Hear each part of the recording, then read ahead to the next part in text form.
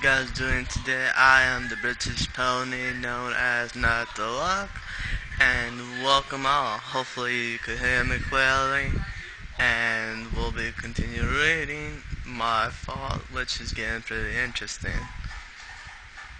It is 6:24 p.m. as I am reading this, and it has just been a lazy day for us. And I forgot what I actually read. Stop reading, and we'll continue to read from this one spot.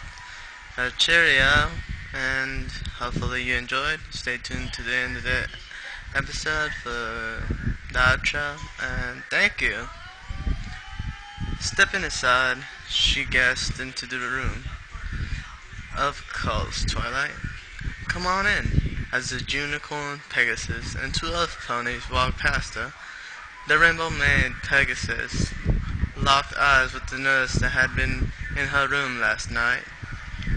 She tried the ancient art of throwing darts with her glare. Oh, that's funny.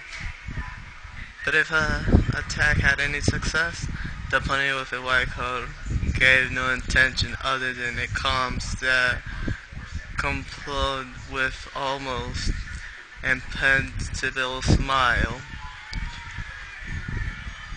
What are you looking at, Dashy?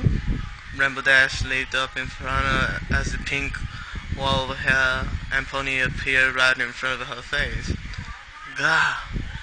Don't do that, Pinky. You scared me. Setting her hooves back on the ground, she folded the light blue wings that were stuck out in front of her against her side.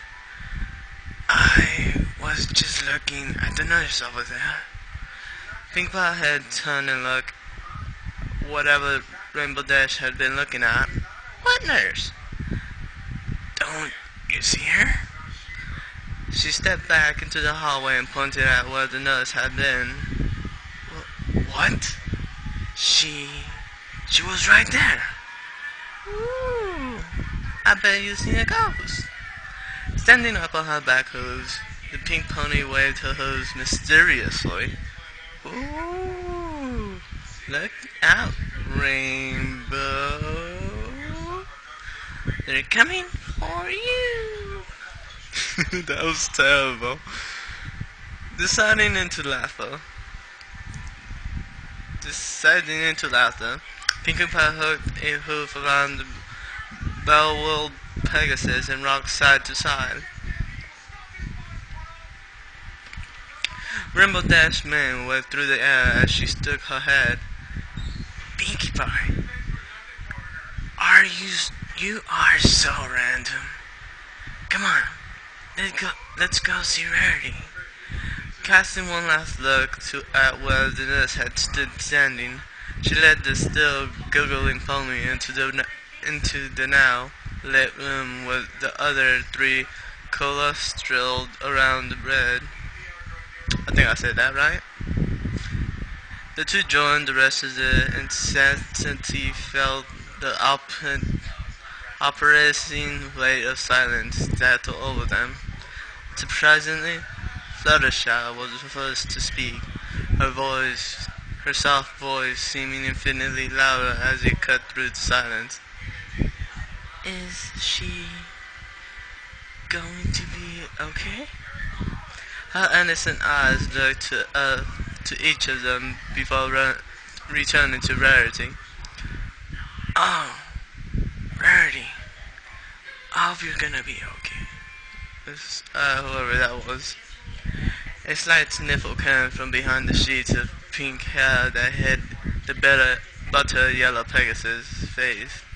Within seconds, Pinkie Pie was right there beside her, holding out a small square of gristly pink cloth embossed with her kitty mark, and trying not to look like she was ready to use it for herself. Oh, thank you, Pinkie Pie. It doesn't actually tell me who's doing the voice, so since this is about Rainbow Dash and Rarity, I'm gonna do it in Rainbow Dash's voice, or as best as I could. After blowing her nose quietly, the soft-spoken element of kindness handed the used handkerchief back to its owner, who promptly tossed it to the laundry bin. Twilight's tone suddenly glowed, throwing the lavender hue over their confused expressions briefly before it died away. Twilight, mind telling us what that light was? Oh, that was Applejack. Twilight, mind telling us what that light was? I can really make a difference. Yeah, Applejack's question was met with a round of nods from the others, who were still standing at the unicorns that had her eyes closed. After a few moments of awkward shifting, Applejack tilted her head and nudged the librarian. Twilight? I promised Spike that I would send him some once I saw Rarity. The moment you see that she's okay, he told. And the best way to lose a friend is to break a promise. Oh, what the fuck? Anyways, Twilight frowned in her usage of a lesson in friendship that they all had complied together, opening her eyes and looked around with a proud smile. And so I sent him a message. But don't you normally use a scroll for that? And the Cyan Pegasus continued. Where is the little dragon anyway? I would have figured that he would be here ahead of all of you. Smiled conditionally, Twilight shook her head as she answered Rainbow Dash's question. Normally, yes, I do. However, with the aid of a message spell that I found in my studies the other day, I sent him a letter in his head. Oh, what? You could do that? Twilight, that's awesome. That's me too. Without lowering her voice, filled their ears and blocked out all else. And as far where my assist is, he is probably throwing a fit of counsel out right now. See?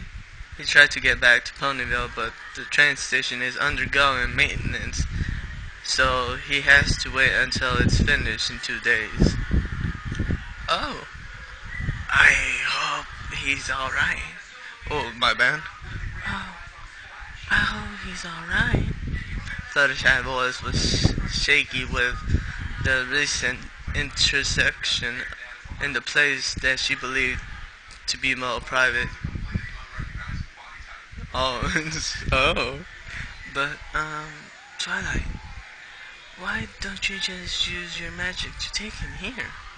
Twilight seemed to anticipate this question and stood with the air of elder student ready to answer it. Normally? Well, normally, I can teleport. Anything a short distance because of the teleportation spell. However, if I take things long distance, I can't take anything too far away and schedule to ponies because I have to use a different spell depending on if I'm going far or not. Spike being a dragon and all, it's way too difficult for me to teleport all the way to Ponyville. Yeah, I should check the time. And it is 9 minutes. Hopefully you guys enjoyed this reading. She just got to that. As for I've been enjoying it. As far as I have gotten to it and I'm really enjoying it. Anyway, hopefully you guys enjoyed it and see you all. British Brony out.